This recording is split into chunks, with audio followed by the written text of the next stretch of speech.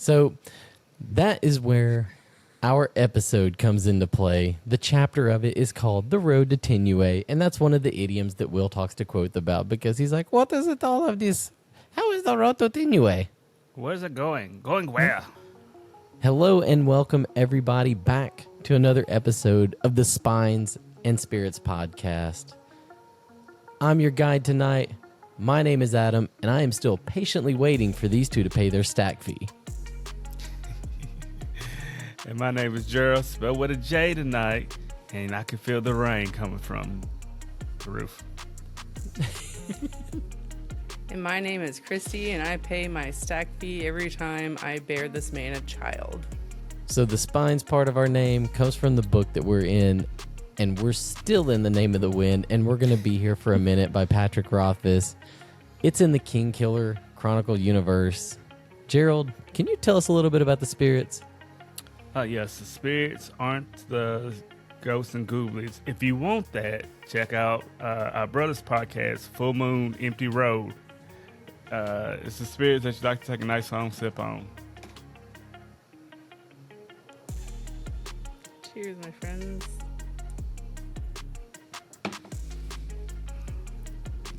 And if you're curious, tonight we're sipping on the Angel's Envy. It is the private selection bottle.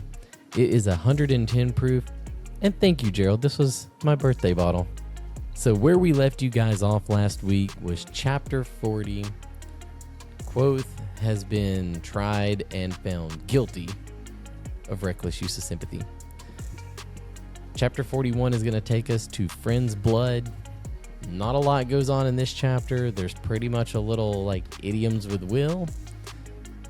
And he convinces Will to buy him some gnaw root, and then he catches the whipping. So that is where our episode comes into play. The chapter of it is called The Road to Tinue, and that's one of the idioms that Will talks to Kvothe about because he's like, what is it all of this? How is the road to Tinue? Where's it going? Going where? That reminds me of my daughter Madison, who is super literal. And if you asked her something like, how is the road to Tinue? She would probably be pulling out her phone, looking up at GPS, like, oh, looks like traffic's okay right now, Dad. This is the first time, too, that Kvothe kind of confuses, like, chemistry and alchemy, I think. And he's going to do that quite a bit, where he thinks it's just, like, one step away from being the other. And even Will's like, I don't think you know what that is. I would want to put out at this point that Kvothe, before his whipping, has scoped out the place that where he was going to whip at and the other towns and stuff like that. So when he was with William, well, I'm calling him Will. I'm not calling him William. When he was with Will, they happened to come by a apothecary. I'm not gonna say it right, y'all. Help me with it. Apothecary store. Apothecary. Sorry, excuse me. Apothecary store. But and only Will's if he's holding it. Because if not, it would be an apothe sitting. It wouldn't be an apothecary. Bazinga on this one. So when they come to the shop and Kvothe is like, hey, can you go buy me some gnaw root, like 2 scoopers worth? And then Will was like, why do I gotta go do it? Because they're gonna say that, I'm off at young and all this other stuff. And Kvothe is already being a mastermind, as we would soon have come out to find out how he is already setting this in promotion. I'm thinking, what do y'all guys think on that one? You think it say was just mastermind. happening? You say mastermind, but really he's just manipulating. So he's like, Will deserves better, and all I gave him was lies. So do he often lies? Is this just like so he can spill the story that makes him more heroic? Yeah, is this how he's telling his story now? Or is it just the point where he's like, yeah, I'm a manipulator or a mastermind of how I'm trying to do stuff? Well, it's been a central point of a lot of this, all of these books is like, is he just lying this whole, because he's admitted literally like, to be a good storyteller, you have to be a bit of a liar. Like I'll say though, like I didn't notice it. I didn't notice it as much until we started doing this podcast, and it's like the more that you listen to these chapters over and over, you're like, damn, dude, like you lie all the time. Every 2 chapters, baby. If not every 1 chapter, he might tell tale. No, not just. I mean, and lies one thing. Okay, yeah, he definitely outright lies, and because he's saying he's trying to build his reputation. But there's a lot of stuff I think that is withheld, and I don't know. Like, just in my opinion, I feel like if you withhold information, like vital information like this, sometimes it's as good as a lie. It basically what it is that like you don't know this guy. He's literally building his reputation out of fairy tales. Like it's him. He's weaving, his own thread. I like how you say that, because remember how he started with the Chronicler. Remember, do not edit anything I tell you. I'm a dimmer to my bones, and we've been telling stories before there were stories to be told. So. And he says the best lies about myself are the ones that I've told myself. He did. And he told Scarpy, like, the best stories don't have full truth to them. I'm just saying there's evidence all around, folks. This whole thing could be a fairy tale. This whole thing could be a lie. And, I think maybe... Well, that would be the ultimate dupe for Doors of Stone. Maybe that's why, and you can cut this if you want, but maybe this is why we haven't seen the 3rd book, because Patrick Rothfuss knows there's going to be like 1 million angry fans coming at him when we all find out that the whole thing was just gotcha. Yeah. I would say this because I would say this because it's most likely going to be cut out. No, because the Chronicler goes like, hey, I've heard the stories.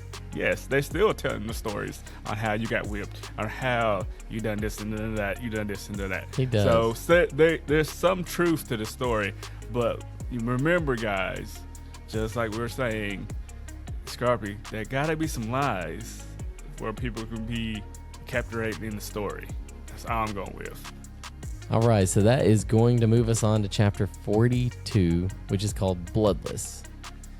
And this is post Kvothe whipping. He goes to the Medica. Arwell talks to him, and this is kind of what Gerald was talking about last chapter, where you can't lie here because Arwell is the master of medicine, and he's going to catch him if he is lying. And he basically says, I'm not going to treat you if you are. Mola's brought in. Mola, patches him up, says she'll tie him to the table if he moves too much. And he also gets the invitation from Arwell to start studying in the Medica once he's fully healed, if he doesn't rip his stitches out. Again, another chapter that I think is pretty dry. There's not a whole lot for me, at least. So I'm going to turn it over to you guys, and you tell me what's interesting to you. I think the only thing that really stood out to me that I kind of noticed during my rereads was that I feel like in this, and I might be wrong, we can make a note of this and I'll be proved wrong in the next, I don't know, what is it going to be, like 40 episodes that we have to make to finish these freaking books? But anyways, so I think it stood out to me that Kvothe actually like kind of divulges a lot of personal information to Arwell. Is it Arwell? Arwell. Yeah, and he kind of has to, because that's what, Arwell's like, don't lie to me, boy. But, I mean, still, like, how many other times would it have benefited him to actually tell the truth? Oh, definitely, and this is the one time I feel like he actually, like, gets down deep and tells the truth of, like, and he actually, takes it off, like, he talks about Ben, Abinthy. And that's something that he doesn't really talk about Abinthy a lot to people, if he has to, except for when he was on the, horns. And then he talks about, being on the streets of Tarbean, and then he talks also about his abject poverty and how I only have these 2 shirts because, Arwell's like, why, if you were okay with the whipping, why would you, or no, what was it? It was, why would you take off your shirt? Yeah. I Yeah. understand a He man. I could've can just taken understand a a boy paint. That's what it was. drugging himself. Yeah. If you're so scared of the whipping, yeah. Mm-hmm. Why would you take off your shirt? And he's like, because I only have 2 shirts, and it's been like a long time since I've owned that many. And that's like the first time he's been that like super duper honest, because he's very. Yes, I think everybody kind of knows, especially the masters, that he might be, super impoverished, but at the same time, like, he's really proud. Like, he refuses to let anybody know how bad his situation is. So I feel like it's I don't know, maybe it was the null root, maybe it was just a weak moment. I don't know if I should read too much into it. I don't think it was. It's noteworthy. I will say no, it is noteworthy, and I think what it is, like we were discussing last chapter, that when all else fails, the truth comes out, and that's what he said. My last resort, the truth, and that's what I was going with. I'm like, that's kind of normally you know if you want to be an honest person, you kind of want to start with the truth before you start fabricating stuff. Can I add a little something too? Mm-hmm. This is what we talked about in last week's episode too, where Christy was like, if him admitted he was lying, why would they still whip him, and why would he take it? And she was like, would you take it, Adam? And this is where I said, like, it gives him a chance to build that toughness. And now, especially with him going that extra mile with the null root and not bleeding and not showing weakness, the enemies he might have been able to build might think twice about trying to cross him. Yeah. No, I mean, obviously he's him taking the null root was him building his reputation. Yeah. Right. He's saying, like, I'm a cheeky fellow. Well, Exactly it goes back. I'm so sorry, Joe. I was gonna say, give me just a second, because I need to correct this, because it bothered me in the last episode. Like, I did not say, I did not ask you, Adam. I said if it was you. No, I said if it was you putting down the punishment. I was like, if you were, because you're a boss, you're a manager, and you're right, you're a father. Like, how would you feel about putting that punishment on someone else who is frankly pretty innocent? Like, how would you feel about making them go through with a whipping? It wasn't. Yes. And I can comment on that too, because if we're looking at like a professional environment, most of the time I would say if you're working in an area, you've got some kind of code of conduct or some kind of employee handbook, and you know what the policies and procedures are, and if you violate them, you're open to that discipline. Now, I think it's a little bit different when you're talking about your own children, because obviously with something like that, it would be me versus you, right? And so if I find out that you lied as to the reason why you're telling on me for the kid, then yeah, I'm gonna be a little bit more lenient. But when we got something spelled out in black and white and it's on ink and it's on paper, you kind of got to follow the rules, whether you want to or you're not. And I've been in those situations before in a professional environment where you're like, God, this sucks, but the rules are rules. Let me jump on this bag right quick, since we're talking about the horns. Hop on, because we got a horse and buggy. So my thinking on this point is the reason why they had to punish Kvothe. I'm with y'all kind of. Well, I think I'm with Christian point.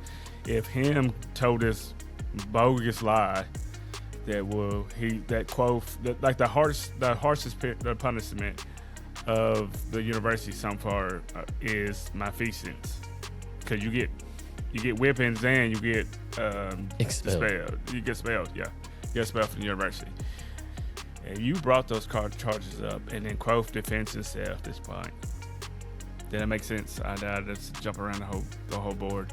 It did, but what I was saying was, like, even if I was and I know I'm not answering Christy's question, because she was saying if I was the one handing down the ruling, but if I was in Kvothe's position and they're telling me this stuff, I'm like, dang, like, I spent 2 days in class, all it's going to cost me is 3 lashes, and I'm admitted to the arcanum. Sign me up, buddy. That's because they wasn't going to do it the first time. He was going to get 3 whippings anyway. And then Kvothe, being clever and quick with it, was like, hey, I approved my master. And Elodin being like, 2 bindings. 2 bindings. Yeah, 2 bindings. Which is, by the way, further evidence about why, like, Elodin was there. Like, or I feel like he thought he needed to be there when they don't, like, the masters don't necessarily expect him to be in that hearing. but I feel like he saw something in Kvothe or whatever, and and that was kind of one of his, like, he's trying to kind of like coax him without letting him know he's doing it, because he doesn't want him to, I don't know, be tainted by his approval. It's still kind of it's weird.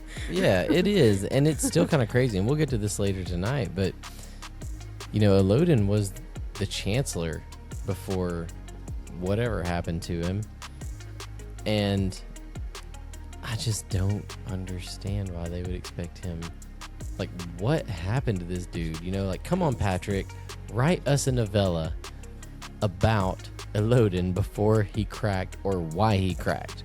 Please quit with the Bast stuff. Hey, watch yourself. Watch yourself, my Bass. Bass is my boy. I want this about no Bass, boy. It's only we're getting that in November, supposedly. And it'll be covered on this podcast. Yes, sir. 42, I would also like to add that Mola, I'm surprised Tracy didn't say this, Mola is like our third lady that's been introduced in our arcanum. Who's the first one? The first one was Fella. The second one was the one in hymns. Rhea. It's Rhea.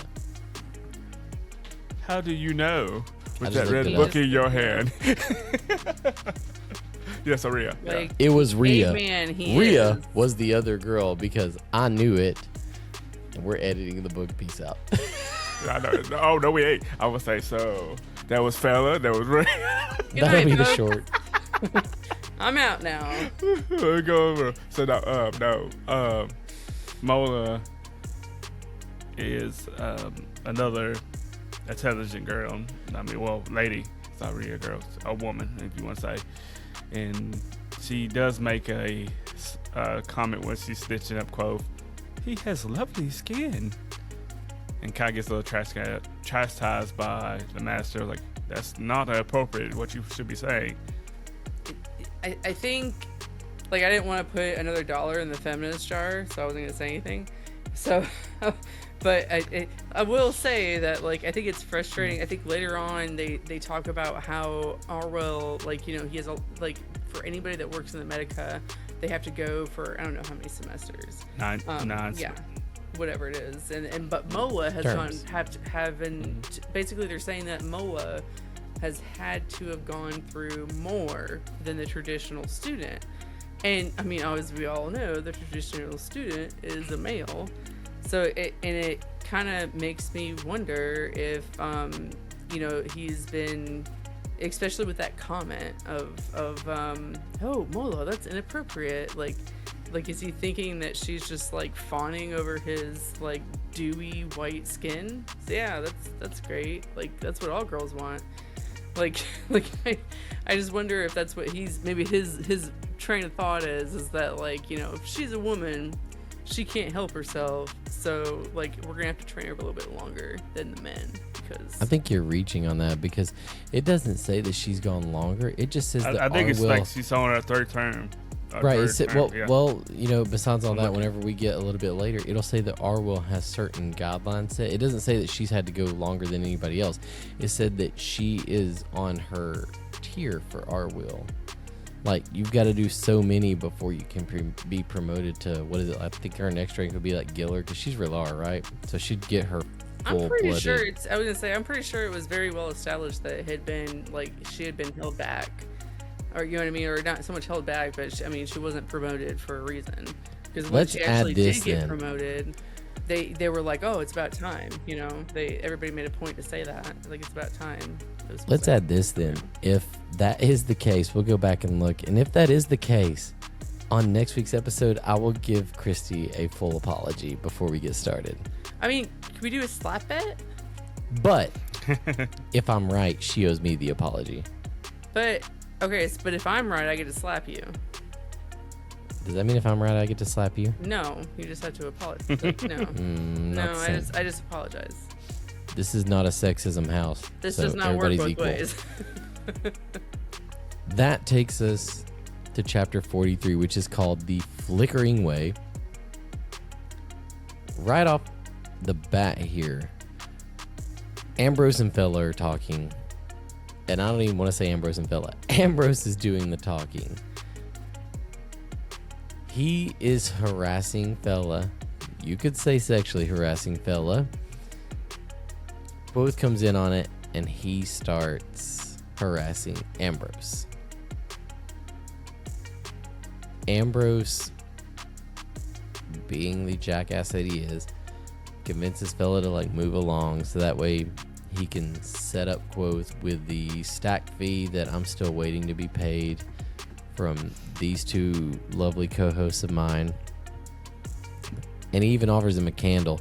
And I think that this is kind of stupid, and maybe it sets up the whole like what Nalroot does to you, but it doesn't lead up before that as to Nalroot making somebody stupid. And that is what it did for Kvothe. So up to this point, before he gets in, y'all throw me something here for yourself, because number one, I did think it was funny that like Ambrose is harassing Fella, and then Kvothe's like, well, I guess I'm gonna harass Ambrose. What else do y'all have for that first part of the chapter? Before all this, when he saw Fella and Ambrose, or Ambrose holding down Fella, trying to have a conversation with her, Kvothe remembers his years in Tarbin. He's like, yeah, I've seen this before, and I'm not about to allow this to happen again, especially with someone that I'm just having really dispassionate thoughts that if I can pick his pockets, maybe shake him in the alleyway, maybe light him on fire like someone we used to know, but apparently he can't do that right now. But I don't think the Nalroot has actually affected him yet. I think it's almost getting to the point where it's about to wear off, and one of the side effects makes you really fatigued, and that's what it kind of states. And Kvothe is, remember, I don't care how you are, getting whipped 3 times is, especially if it brings Terrace flesh, it's not like a regular whooping. It's something major. And Kvothe literally, what he does, he doesn't really chastise him. He belittles him in front of Fella. No, he says like, this verse is not sprung, it's limping. He is limping. And if a horse was limping this bad, I would shoot it. Yep. I think my favorite part of this is where Kvothe, he talks to him and says like, she's like, because Ambrose is like, what 2 adults do in the privacy, and Kvothe is like, what, in the arcanum, like and we're gonna call it the library, in the librage, like in the middle of everybody, Archives, like, yeah, in the archives, right in opening of the archives, yeah. But the librarian, and I don't remember his either. So are you trying to say Fella was just a librarian, a sexy librarian? No, what How she's trying dare to you say she's not a brass nail that you paid to bang on. Damn it, that was my words. Damn it, that was mine. No. You stole it. You knew that was what I was gonna say. Not just that, he's saying, he's like, you like at least have the decency to bring her to like a dark alleyway somewhere, so she knows that it is and that feels justified to scream. Justified to scream. Yeah. Versus like here where she's just plain uncomfortable. Like, give her the decency of making her uncomfortable enough to scream. That was, I think, the. It's funny, but it's. After the embarrassment of Ambrose, he tells Kvothe, hey, so you got to pay a stack fee, and your stack fee is 1 talent. How ballsy of Ambrose was that? They're like, whenever he talks to Manette, Manette's like, yeah, we used to charge him a copper. And Manette's like, a talent. That's because he saw how Kvothe was starting to act. Because remember, he paused a lot of times, was looking at him, was like, yeah, you must be drunk. Yeah, a talent. Do you think he was charging the talent to keep him out, or do you think he was charging him the talent just to see if he'd pay it?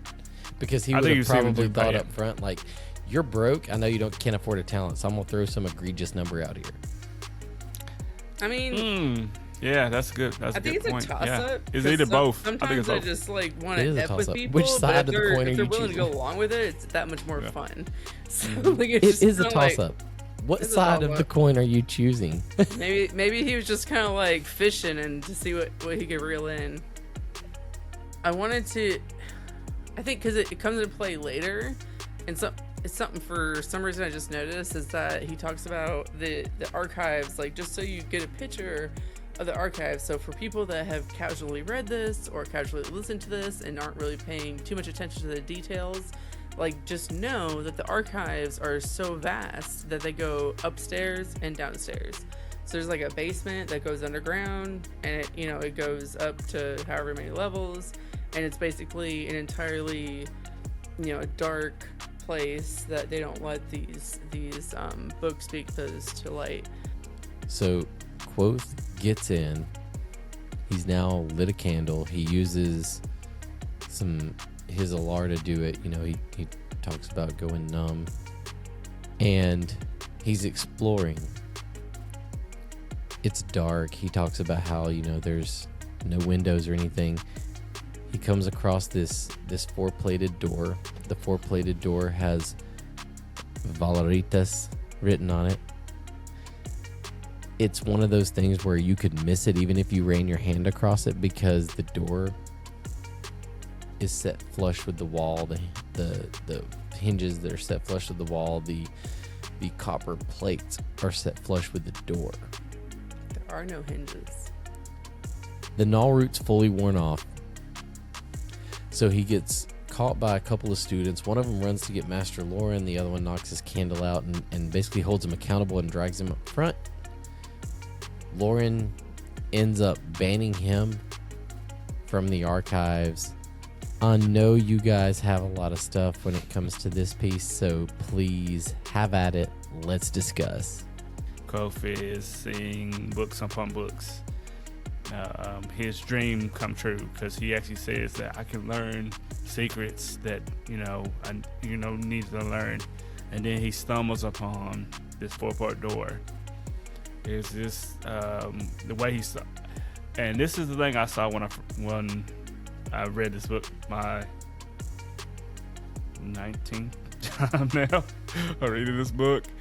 That it never says that how Kvothe takes the way to get there. So Kvothe stumbles on the four-part door, and he wants to know about his secrets.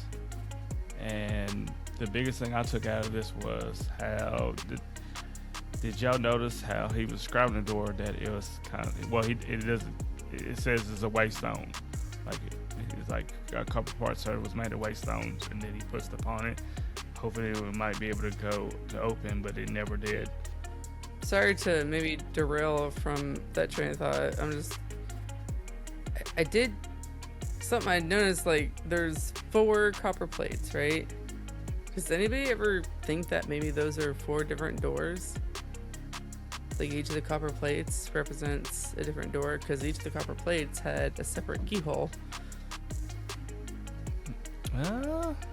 Like one might be the door of I can say I didn't. stone, one might be the door of death, one might be the door of, people hiding secrets. There's 4 doors too. What is it, to madness or whatever? Mm-hmm. So it could be one of each door for that. But yeah, no, I didn't think that. I figured that it was 4 things to open this one door. That's what I thought. There's only one being that knows about the door of death, and it's Lord Halatos, and so we have to get his response on it. Can you say his name again? Halatos. Halitosis. It's not Halatos, goddammit, it's not Halatos. One more time. Helix. There we go. I was like, Oops. the only bad thing about not brushing your teeth is halitosis. Yeah. That's what we're going to tell our kids from now on, folks. But it is something to note that they said that this door has no hinges and no handle. And I want to say at one point, I can't remember if it was this or something else, because I didn't make a note of it, but I want to say it was right here where he was describing the door, that he literally makes a point of saying, like, when I say he, I'm thinking like Patrick Rothfuss. So he makes a point of saying it lacks. It's something that lacks. Has anybody noticed that? Like whenever he uses the word lacks, like it lacks this, it lacks that, or It lacks, the appropriate handles. They put an emphasis on the word lacks, and it just like kind of goes back to the Lackless family. So if this was like theoretically a door that had 4 doors, like it has the 4 copper doors each with different keyholes, and we've already talked about like the door of closing, the door of death, the door of sleep. I can't remember which other ones, but do you guys have any thoughts on that? Like, do you think that's any kind of...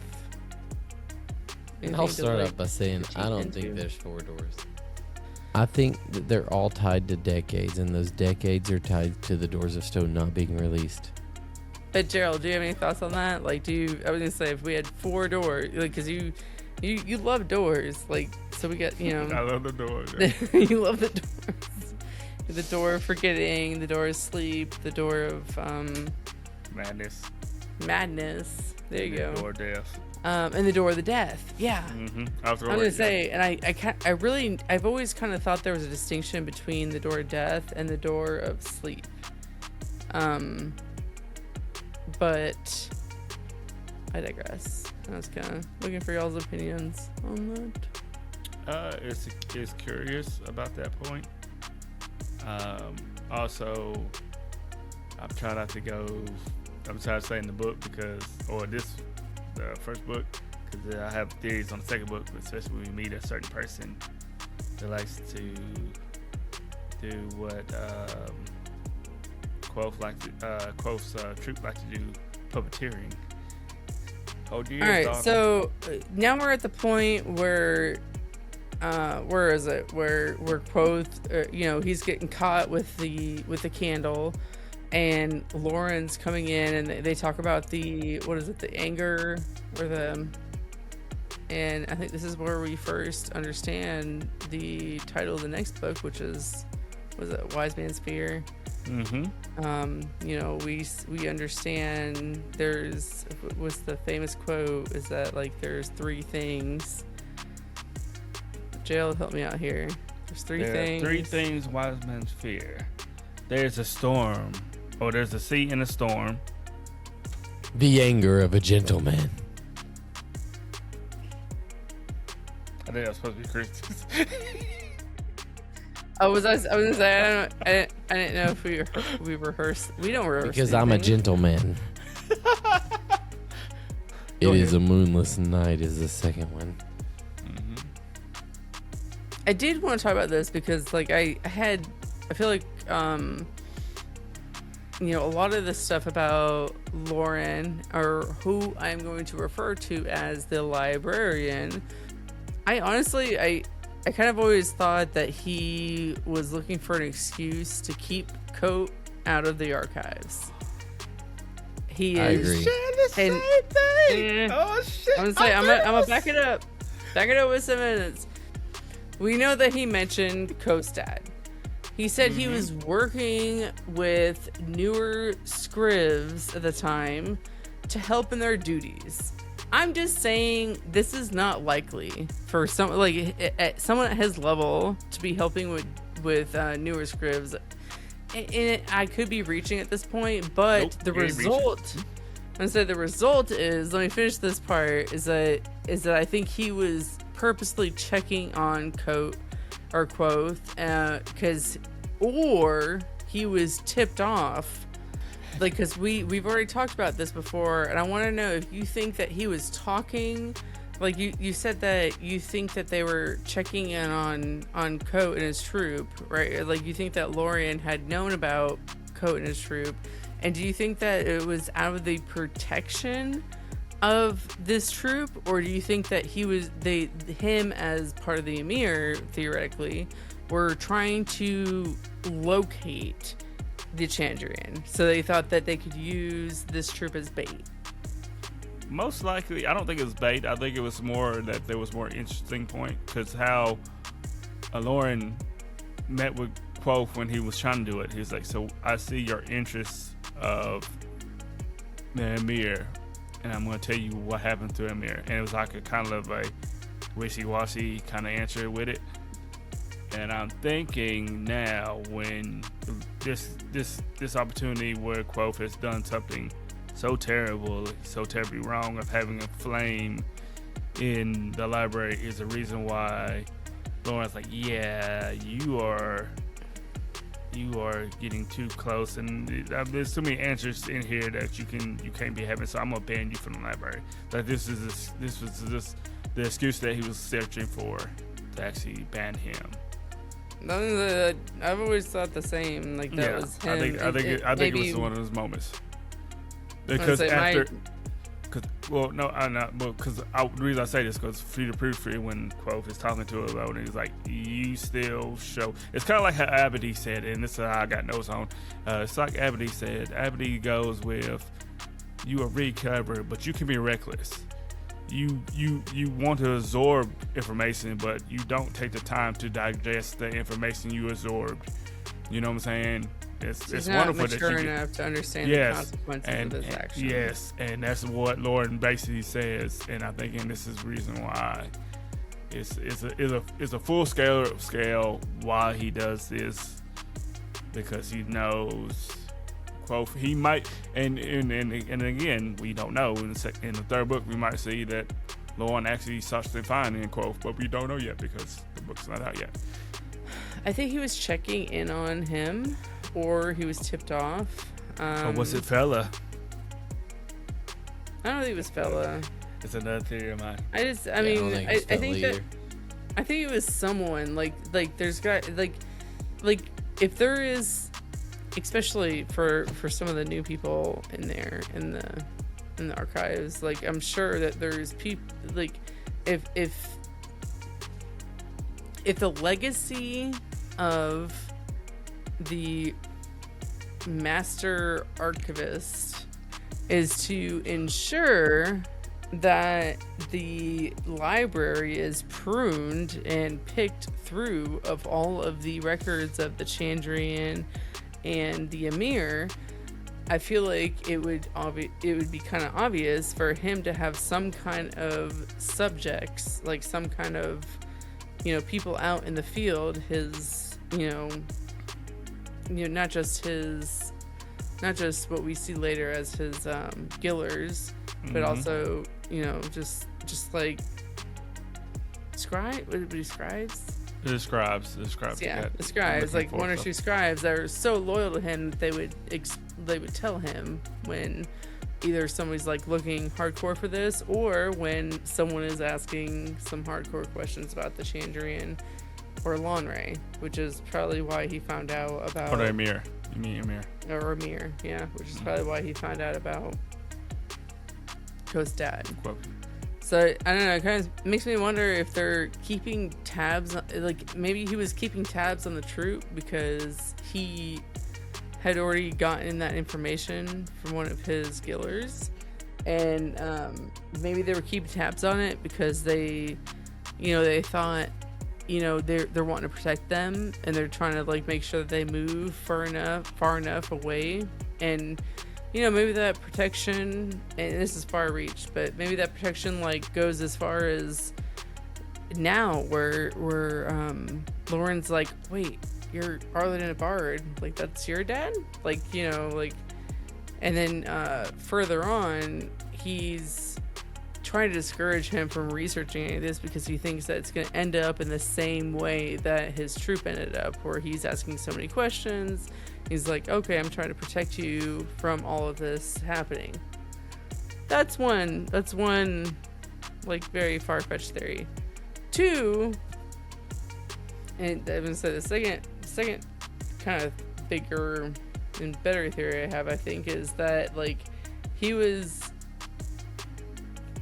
knew that he knew from his gillers that this particular troop was speaking of the Chandrian, and he used them as bait.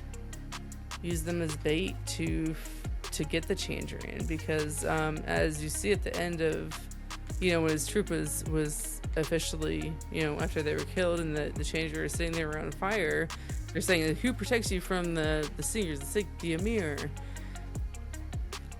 I mean, like, I think the questions we need to ask are, A, what is it that the Amyr... Obviously, what are the other two people? No. But what is it that the Amyr know, and what can they do to the Chandrian that makes them so scared? I was just talking about the fact that Lorren might have understood exactly what happened to Kvothe's family, and that it might have been one of like a deeper ploy of the Amyr to try to lure the Chandrian into a situation where they could be caught by the Amyr. Because supposedly the Amyr, have some kind of power over the Chandrian. We don't know what, but supposedly, like, they're scared. The Chandrian are scared of the Amyr, and it kind of makes me wonder if there was a possibility that Lorren and the Amyr in general knew that this troop was asking questions and knew that the Chandrian were going to be following them, and kind of lured them into a trap. Is that crazy? No, not crazy at all. It's a nice theory. I mean, a nice hypothesis theory that we can go with. Alright, so it does make sense, though, that for whatever reason, like I said, I think there's two reasons. He was either I think he's either trying to protect Kvothe because he is one of the Amyr, or he's ambivalent to Kvothe, and he wants to protect the Amyr's secrets. He voted against him being in the Arcanum, obviously, and yeah, he might have been pissed about the candle, but more than likely, he was just probably like looking for a reason. He knew, he That's knows what I'm going with. That whatever his face is like a horrible person. They've had disciplinary actions before with him, so they obviously knew that he was an ass. But at the same time, like, he was just like, he kind of like threw down the hammer on him, which is something he's never really, something that's never really been done for someone to be banned. And I think it was part of his, his willingness, his want to keep him out of even looking for any kind of evidence for those things. And also,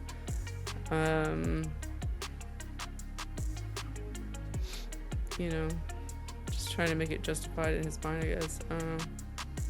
But your second one does it holds weight. I mean, we can't just discard that. But the first one, I would say that they wanted more protecting of the point, but they didn't know how Arden the Bard would. I think it's more the aggressive. former than the latter, because I think that if anybody understands how the Chandrian could be stopped, it would probably be the Amyr. And I don't think they're trying to trap the Chandrian to kill them. I think they know that if they cull what information that they have, that's what's going to lead to the ultimate demise of the Chandrian. So Kvothe being banned from the archive wanders back to the mess hall, or not really mess hall, the dinner hall, if you want to call it that, and sits down with his friends, has a conversation about, that's not a stack fee, is it? Monette's like, I haven't heard that in years. You get caught, they get you for a copper. That's why you got a long face. Kvothe doesn't want to talk about what he got took for, but he says, I've been banned from the archive. And seems like, wow, that's kind of big. So this is Monette, and they continue to talk about the person that might have tricked Kvothe. Monette did, and mentions what he looks like, and then Kvothe's like, yes, Ambrose, we got on the bad foot, and how Kvothe wants to plot his downfall.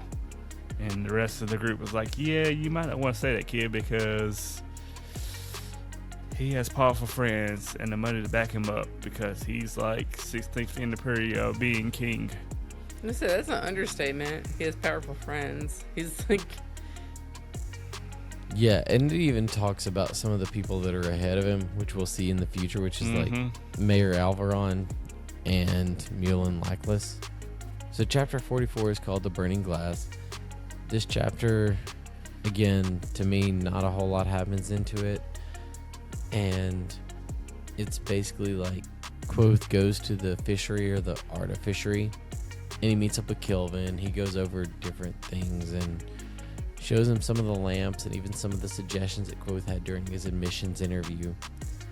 And then immediately after that, he's at Anchors with the gang, the boys, the friends of his that he's wanting to play Four Corners with. And the biggest thing like to this chapter that I want to bring up is like Savoy is one of my favorites when it comes to Kvothe's gang. And a lot of that comes from like two different quotes that Savoy says, and it's not even Savoy, I shouldn't say that, it's two different quotes, and one of them comes from like somebody saying like, Savoy knows he's better than you, but he knows it's not your fault, and so he doesn't look down on you for it. So Savoy is like, you're good friends and good company, but none of you are female, nor with the possible exception of Simon are you lovely. Wink. True. I'll just say, like, I love how pure I think Kilvin is. They was I want to make sure I get it right. William, which I like to say William. says that it takes 6 terms to come in Lar, 8 terms to call Relar, and 10 terms to come Aetha. That's with Arwol though, isn't it? Pretty much, yes. But I'm pretty sure that I'm assuming he's following that to a T. Arwol is. Yeah. They said Arwol was the. Yeah, they literally say like you don't want to go with Arwol because of that. Yeah. But I'm pretty sure he's like that's. It's not a woman thing because I actually just looked at it. It's a Mola has been a Relar with him for 3 years now, which maybe is 6 terms. With 2 more, like a few more chapters, she becomes Relar. So, yeah. Let me get this one part out because I wanted to say this one because Kvothe did say it in the earlier chapters when he was studying on the Ben. He said most arcanums is a little off, so you gotta understand where you can almost become a little cracked in the head. He's just cramped. Or cramped. But that's my boy Will says that. But yeah, going back from Ben's description of the not Ben, but Kvothe's talking about when he was studying under the bed, and we noticed that Lorren joined the university at 14, and Kvothe is now 15. Is that a coincidence, y'all, or is it just something just happenstance?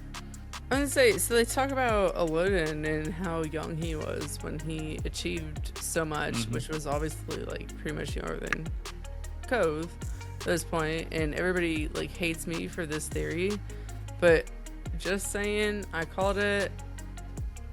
He is Tamerlane the Great. He has to be. I got one more thing to hit on that point. You think that's why Amyr hates Kvothe, because Kvothe is so young, and he sees him as another young alien coming in to play? Just throwing that out there. Just came in the top of my head. It also, I mean, it definitely, and maybe this is obvious, but it definitely explains why everybody's surprised when Master Lorren shows up at the disciplinary hearing for Kvothe, because he saw something in him, like, and that's why everybody was surprised during the initial hearing, when they were trying to, what was it, the intake hearing or whatever, when they were all surprised because Lorren like actually asked him questions, and they're like, whoa, he never does that, but he saw something in him. So it was also surprising when he showed up to the hearing, And not only did he show up to the hearing, but he also waved. So this is Spots and Spirits, y'all. I'm one of your co-hosts, Gerald spelled with a J tonight. Thank y'all for tuning in. This is going to be the end of our episode. This is chapter 44. We only got 4 chapters done tonight. Next week, we're going to be bringing Elodin as our star player. Make sure y'all hit that like button. Also, make sure y'all hit that subscribe button. We need y'all to hit that subscribe button. And also hit that notification because we post every Tuesday and we have shorts coming in on a weekly basis. Also, on every other Thursday, we have our spirits intake on what we're sipping on through the week. So a week and a weeks. couple of days from today, we'll be reviewing the Angel's Envy. We appreciate you guys listening in, especially those joining from our podcast network. All of our socials are down in the description. Like Gerald said, like and subscribe. Please hit us up. Let us know what you like. Let us know what you don't like, because it's going to help us improve these episodes as we move forward. Catch you on the next time. See you guys next week.